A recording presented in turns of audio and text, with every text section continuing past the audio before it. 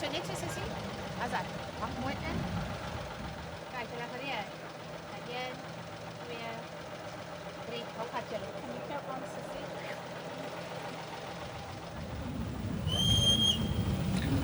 Dis die blond, dis die blou. Dames en here, dis Grete Bouwer en Metgesel. Grete het in graad 8 hier na ons skool toe gekom en op haar stil, sagte, vroulike manier het sy 'n onuitwisbare indruk op my kom maak. Ek leer vir die kinders altyd van stereotypering en die eerste voorbeeld is altyd as jy blond is jy dom. Nou hierdie is nie 'n dom blondine nie. Grete was aan albei kante van haar familie die oudste kleinkind. En sy het haar tyd gevat om te begin praat. Sy was 18 maande voor sy nou eers besluit het dis tyd om 'n woordjie of twee te sê. En toe het sy haar ouma Trudy wat vanaand hier is herdoop na ouma Tutu. En haar oom Willem het Bibi geword. En nou is dit 18 jaar later en al die kleinkinders en al die familie praat nog steeds van ouma Tutu en oom Bibi. Maar wat ek uit daai storie kry wat ek by jou ma gehoor het, Grete, is dat jy jou tyd vat voor jy praat. Dat jy dink voor jy doen. En dis 'n wonderlike eienskap wat 'n mens baie veilig hou en wat jou verhoudings veilig hou.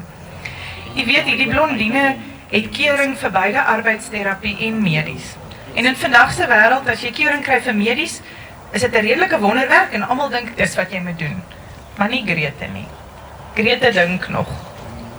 Die feit dat sy keuring het, sê nie vir haar sy moet dit gaan doen nie. As ek met haar praat, is dit eendag die een en eendag die ander een, so ek is jammer vir haar oor die groot besluit wat sy moet doen. Maar ek weet Grete gaan doen en 'n besluit neem op grond van wie sy is en van wat sy wil wees. Dames en here, ons matrikulant, Grete Bouwer met haar Metgesel.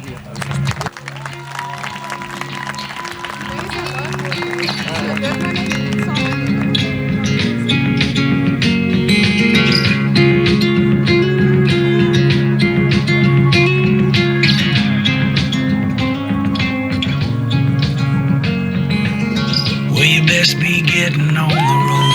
Grab your coat, it's getting cold. You know I'm gonna miss you.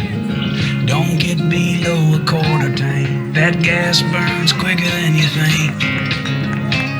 Oh, and always check that rear view. Watch your speed at the Georgia line. Those boys will get you every time. And it's a damn $100 fine. Yeah.